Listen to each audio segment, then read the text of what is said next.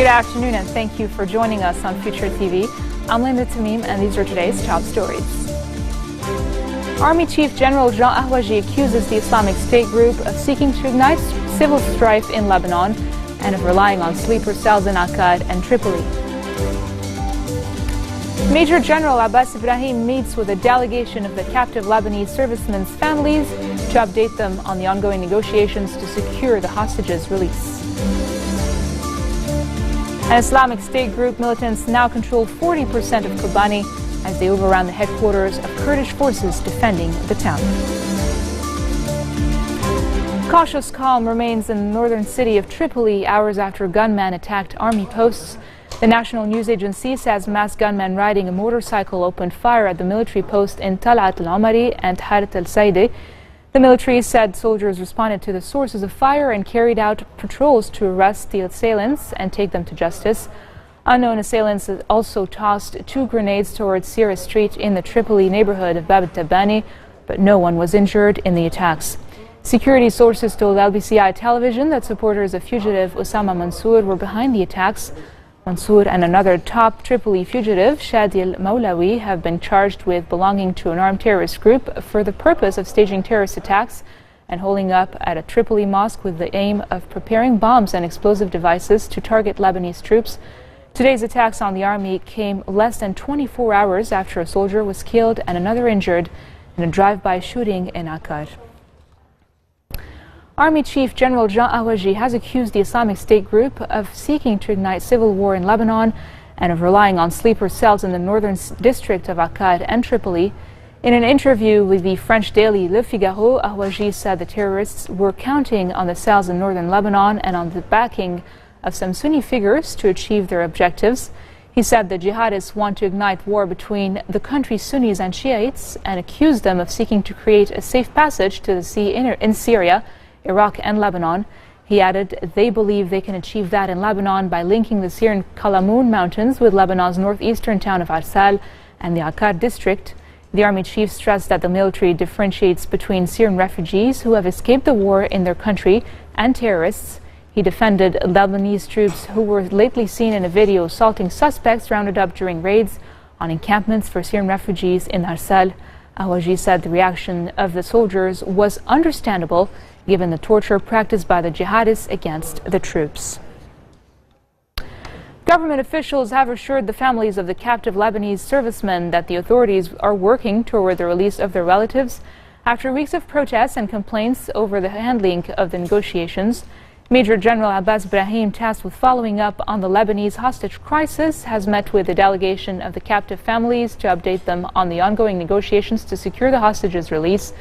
Ibrahim, the head of General Security, held talks with the families at the Grand Serai in downtown Beirut, meters away from Riyadh Solah Square, where the relatives erected protest tents earlier this week. The families have been critical of the government's approach to the case, urging Prime Minister Tamam Islam to agree to a prisoner swap with the militants. The militants have on several occasions demanded the release of Islamic detainees in Rumiyah prison in exchange for the soldiers and policemen, among other demands. 27 military personnel are still held hostage by militants.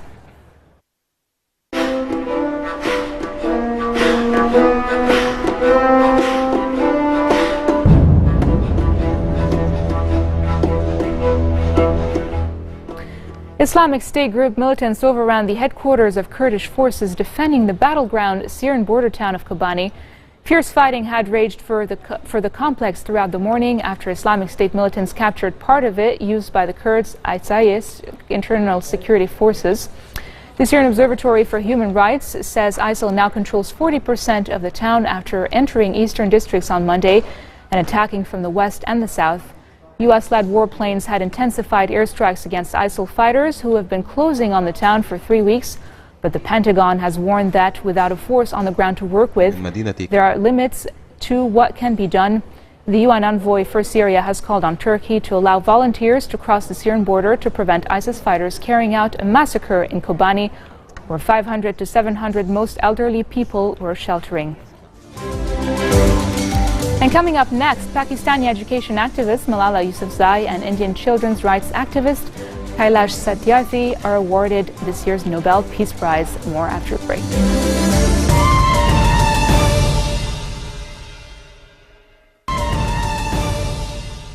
Welcome back. Health authorities in many European countries have been preparing for the possible arrival of suspected and confirmed cases of Ebola. Following guidelines issued by the World Health Organization, the British government announced it was stepping up its Ebola screening at airports, responding to growing public fears about the spread of the virus to Europe, and following reports of the death of a British citizen in Macedonia. The government announced that screening will start at London's Heathrow and Gatwick airports and at the Eurostar train terminal. British authorities said travellers from Sierra Leone, Liberia and Guinea will be asked about recent travel, who they have been in contact with and their onward travel plans. Medical assessment could be given by trained staff on site. For its part, the Russian Emergencies Ministry displayed a Russian plane designed to transfer any infected Ebola patients. The ministry also offered help to European states to work with those who are infected with the disease. Advice from the World Health Organization, which we follow, is that screening is best done on exit from a country where you have the disease rather than on entry, and that's what we're following at the moment. There are no direct flights from Sierra Leone into the UK, and we think it's more important to concentrate here on what we can do if there are any reported cases to get them under control, to make sure the ambulance service, the GPs and the hospitals are ready, the procedures are there, and they know exactly how to handle any symptoms. I don't think people should be worried. I mean, Britain is a very different environment to West Africa, and it's inconceivable to think that the virus could travel in the same way as it has in healthcare settings in West Africa. I mean, it'd be very difficult to have a unit like this in Sierra Leone, so I don't think people should be worried at all. This is a disease which has an incubation period up to 21 days, so if people have symptoms when they leave a country in West Africa, that will be picked up. And there's very little to be gained additionally from screening people again 10 hours later when they arrive in the UK. And now for news around the world in brief. Hundreds of villagers have fled their homes in India's Jammu region overnight to escape the fighting between Indian and Pakistani troops in the disputed Kashmir region. 9 Pakistani and 8 Indian civilians have been killed since both sides' security forces started firing more than a week ago along a 200-kilometer stretch of border in mostly Muslim Kashmir. Hong Kong protesters have called for a fresh round of protests after talks with the city's government aimed at defusing a standoff that sparked weeks of demonstrations collapsed. The city's chief secretary, Carrie Lam, said the talks scheduled for today were called off because of the students' unswerving demands for universal suffrage, which she said was not in accordance with the city's mini-constitution and what she described as their illegal occupation of parts of the city, and calls for people to rally. A news report says North and South Korea have traded fire after the North shot at a South Korean propaganda balloon. South Korean activists and North Korean defectors frequently release balloons carrying anti-North Korean leaflets into the North. North Korea said it will consider any more releases an act of war, but it regularly issues such rhetoric in its state media. Pakistani schoolgirl and education activist Malala Yousafzai and Indian children's rights activist Kailash Satyarthi have been jointly awarded the 2014 Nobel Peace Prize. The Norwegian Nobel Committee cited the two for their struggle against the suppression of children and young people and for the right of all children to education. Awarding the prize, the committee said that peaceful global development could only come about if children and the young are respected. Malala, 17, is the youngest person to be awarded the prestigious honor. She was shot in the head by the Taliban in 2012 after campaigning for more access to education for girls and has since become recognizable worldwide. Satyarthi, 60, has maintained the tradition of Mahatma Gandhi and headed various forms of peaceful protests focusing on the grave exploitation of children for financial gain. The Nobel Committee said he has led the rescue of tens of thousands of child slaves and developed a successful model for their education and rehabilitation. A panel of New York State judges cast doubt on a prominent animal rights advocate's bid to win legal rights for chimpanzees, saying they could be protected without being given some of the same rights as people. The case of a 26-year-old chimpanzee, Tommy, whose owner keeps him in a modified shed in upstate New York, is the first in the world seeking legal personhood for a non-human animal. Stephen Wise, a lawyer who has worked for 3 decades to expand rights for animals, is trying to win an order that Tommy has been unlawfully imprisoned by his owner and should be released to a sanctuary in Florida. He filed an appeal after a lower court judge last year dismissed the case.